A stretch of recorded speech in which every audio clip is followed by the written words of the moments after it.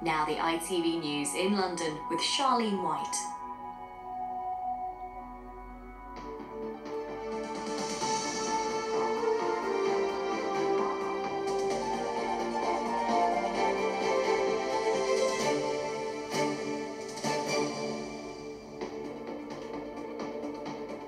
Tonight, we'll break down the latest changes to restrictions. You've got to be out of pubs and restaurants by 10 p.m.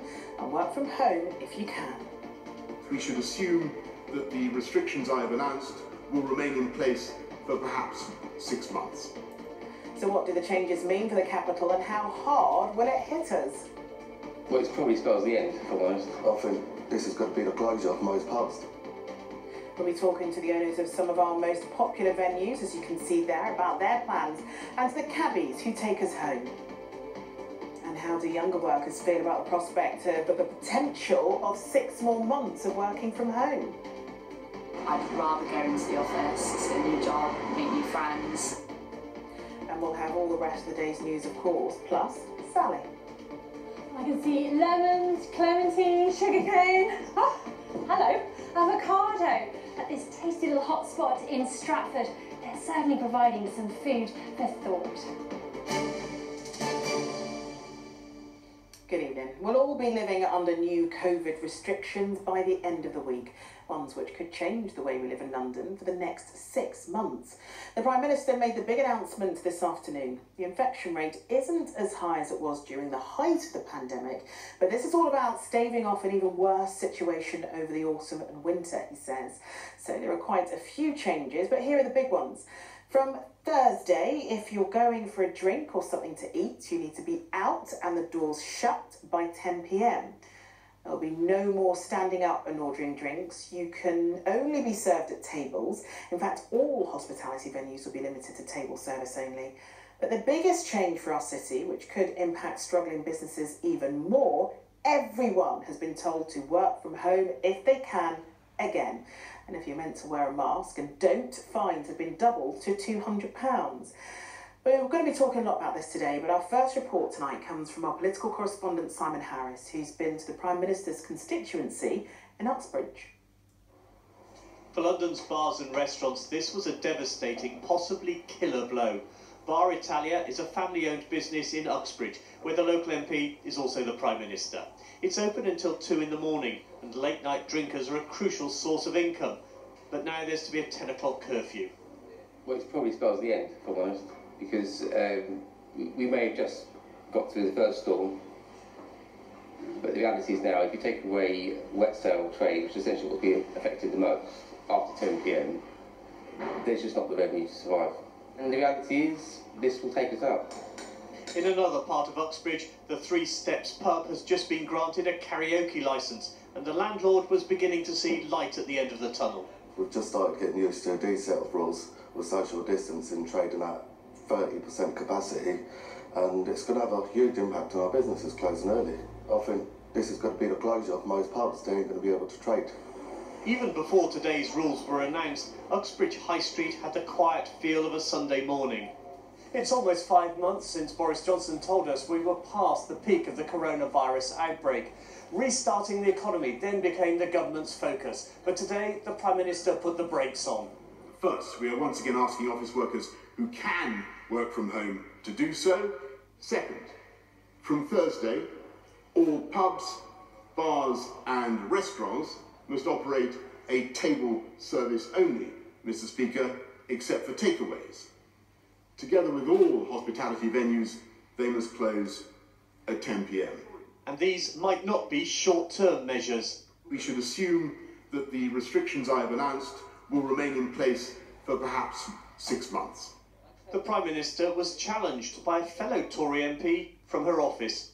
With this 6-month time frame he's announced, what does he say to grandparents who want to live their lives before it's too late and cannot see their families?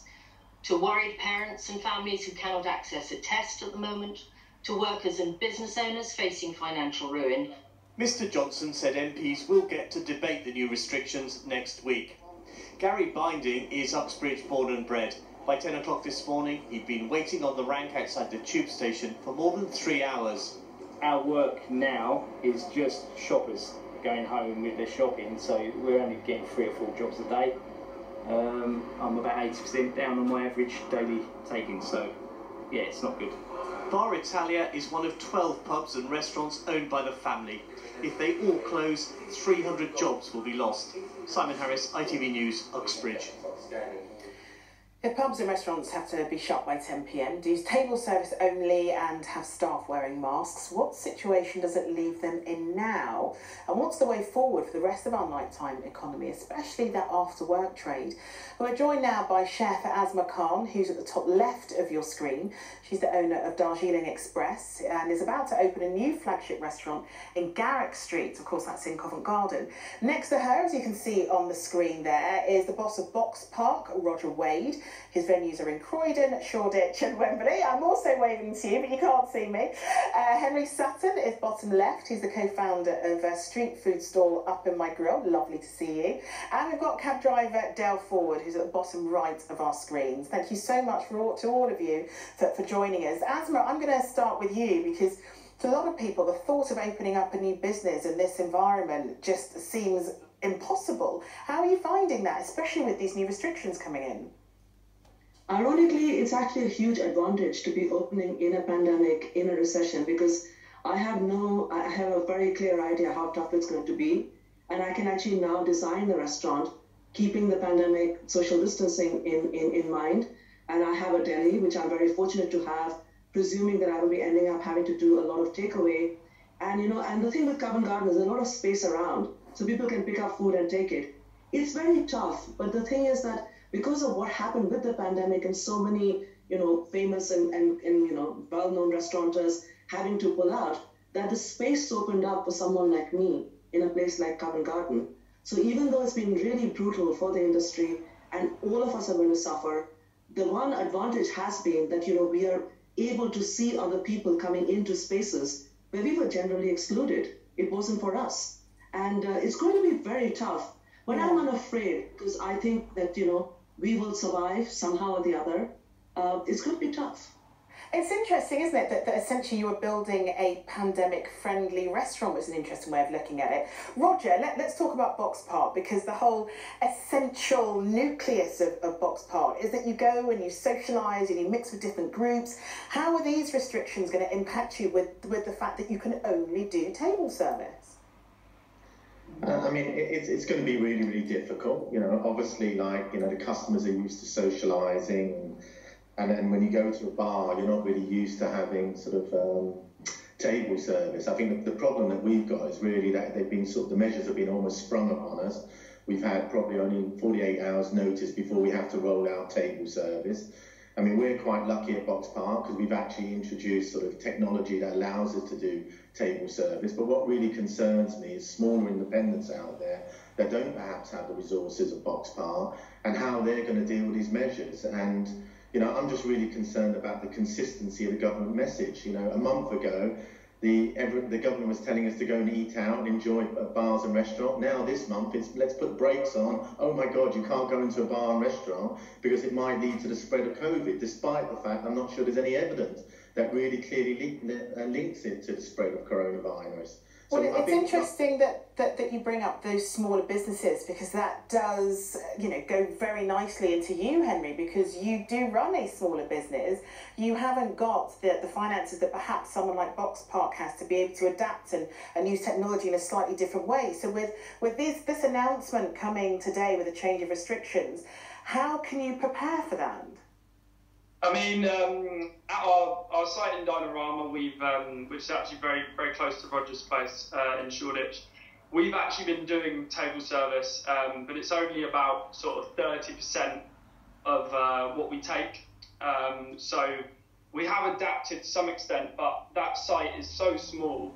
It relies on a lot of people in a small environment having a great time and having great food, but it's really, the site's already 50% down on last year. I think it'll be another 50% this weekend as well. So I think that, the main issue seems to be the confidence of the public as well. Getting people out has been the message in August, and now all of a sudden we're saying that, you can't go out, that eating out is the issue. It's really difficult to keep up with, and I think the public perception is what we have to really focus on. And Dale, when Henry there talks about the fact that that site is down by 50%, he's expecting it to go probably down by another 50% this weekend. These are punters that be getting in your cab. When you now hear of the fact that there's going to be this 10 p.m. curfew, do you think that's going to make the situation even worse for our London cabbies? Oh yes, totally it will. I actually think quite the opposite. I think we should open longer hours so we can do more social distancing and help these businesses survive. I mean, 10 o'clock, how can you put a time on something like this? I think we should have longer hours so people can social distance. Now, when I got in a black cab the other day, and the guy that had driven me was saying something very similar to the cabbie that Simon spoke to in his film earlier, that the numbers are down so much that you could be sat there for hours waiting for people to get into your cab. So, Pete, did you find that drivers are just quite worried, Dale? Yes, very worried. I mean, since the lockdown for the past 6 months, I'm now driving for a supermarket, a delivery van to deliver food to people. I only go out in the cab sort of twice a week now on my days off. So I'm working like 7 days a week to make ends meet. And I usually work at night as well. I start about 6 in the evening to chaperone office people about, back to the stations, and then the restaurants, and then the nightclubs and the theatres. But we've lost all of that trade. And not only that, they're now altering all the roads as well, which they should totally leave that alone. So businesses can move about and people can move about. It's such a difficult situation all round. I mean, Asma, I do sort of want to finish this chat on a more positive note, I guess, if that's possible, because there'll be a lot of business owners watching this discussion and wondering what on earth they can do to try and lessen the impact of these restrictions coming into force. I mean, what would be your advice? Well, my first advice is that you really need to prioritize keeping your staff safe, because that's your real asset. Making sure that you follow all the hygiene principles in your workplace. And I think the reality is that you would have to do more takeaway, because people are not going to feel that confident coming in to sit down and eat. And this kind of messaging from the government is appalling. Go out, don't go out. It's really kind of makes you feel insecure because you don't know what's going to change tomorrow. I mean, look at the amount of time we had for this new announcement.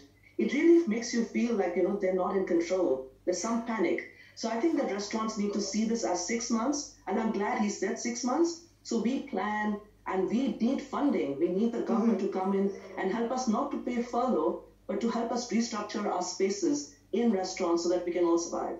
But I guess that, the bottom line with the government here is they are trying to keep us safe, and that's the point of bringing in these restrictions. But talking about Box Park, though, Roger, you mentioned there that technology has really helped. If there is a business owner that's watching that is quite worried about this, are you saying that perhaps using technology to cope with those numbers and to keep everyone safe could very well be the key?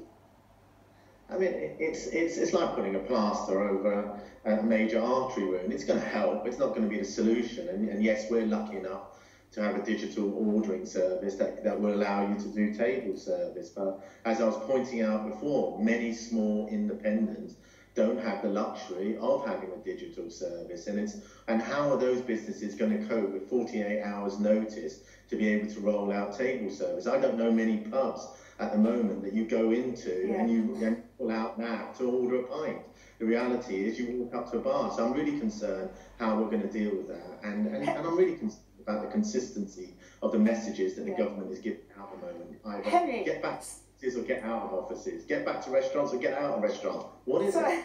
Sorry to interrupt you, Roger. I'm trying to get everyone in before I have to wrap our very interesting discussion up. But Henry, very quickly from you, are you just quite worried now about the next 6 months for your business? I mean, I think we're small enough to be able to adapt.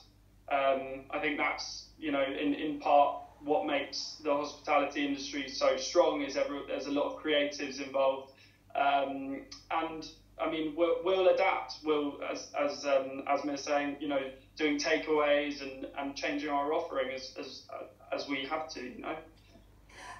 Dale, finally then from you, you've spoken about diversifying and starting to deliver for a supermarket. So would you then advise drivers to sort of think in the same vein, that perhaps it's not something they can do full time anymore, perhaps think of slightly other things they can do?